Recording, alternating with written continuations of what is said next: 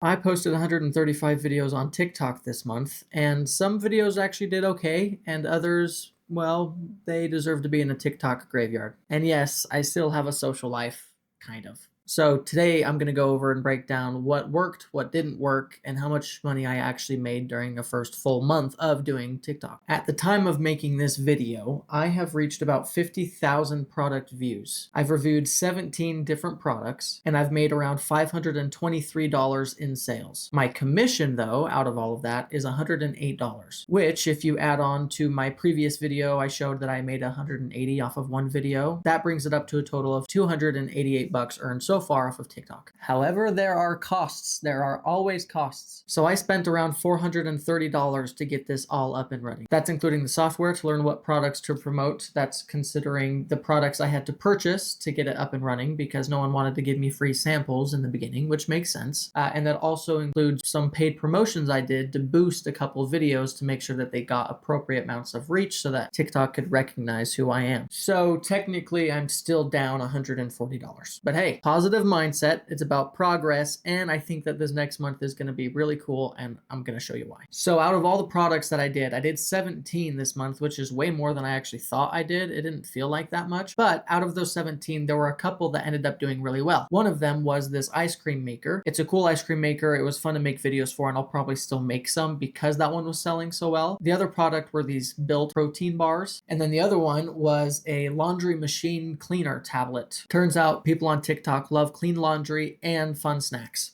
The Built bars actually surprised me. They ended up being a lot better than I thought they were going to be, and it was like relatable content people could connect with, you know? All right, but now it's time to go over the fails because there were several videos that just absolutely flopped. The first one being with this electrolyte drink that I actually really enjoy. I had a couple videos do okay, but there was this one in particular that it absolutely bombed. The big idea was to be controversial and be polarizing and see if I could shock the audience with a hook in the beginning. So my hook was, don't drink boring coffee. Turns out saying that was a terrible idea because the video only got 60 views, maybe. People like coffee, right? Why would you bash coffee? It didn't end up working. So don't insult caffeine on TikTok. The hook killed the video because I never actually showed the product in the video. I just slapped a glass of water or something and said, stop drinking boring coffee, and no one really liked that. I couldn't show what the product actually did or what problem it solved in the first 3 seconds, which is very important, I learned. So show the product in the first 3 seconds and explain to them what that video is going to be about, and it should go a lot smoother. The second video that just absolutely bombed was a magnet toy builder set for kids. And this video, I just made the text way too big. It was a boring view. Again, the hook killed the video. There was no movement, no demo, no showing the product, and it was just a bad video. Hooks need energy. The camera needs to move on average every 3 seconds throughout the whole video. Otherwise, people don't keep watching it. And the third video that absolutely flopped was a pumpkin. It was a nightlight pumpkin, and it's actually a really cool thing, but it's just a decoration.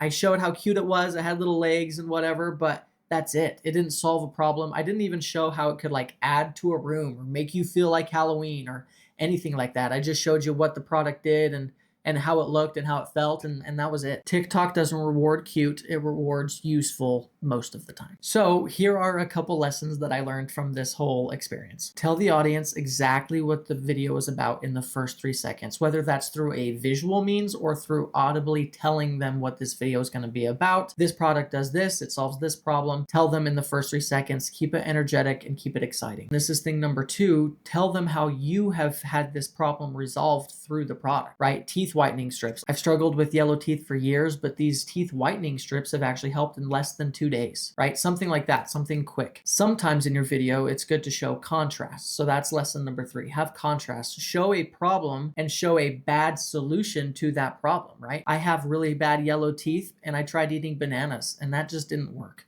But this did, right? That's a terrible example, but you get the idea. Show them something that doesn't really work, that may be a common misconception about it, and then show them what actually works, and that's your product that you're showing and talking about right now.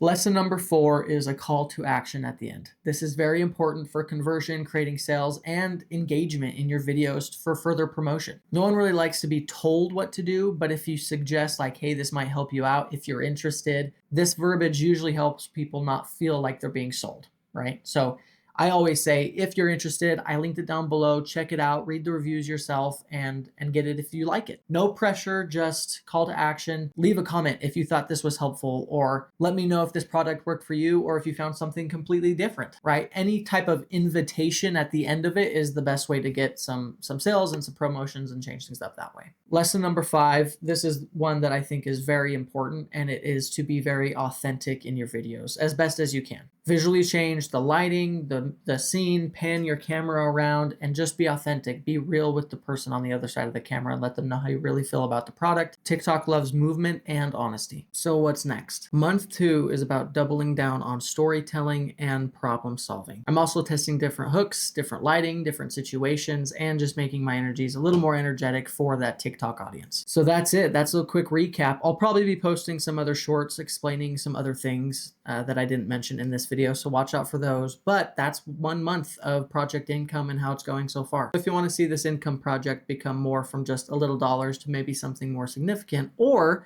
just watch me fail more creatively, you should follow along and hit that subscribe button.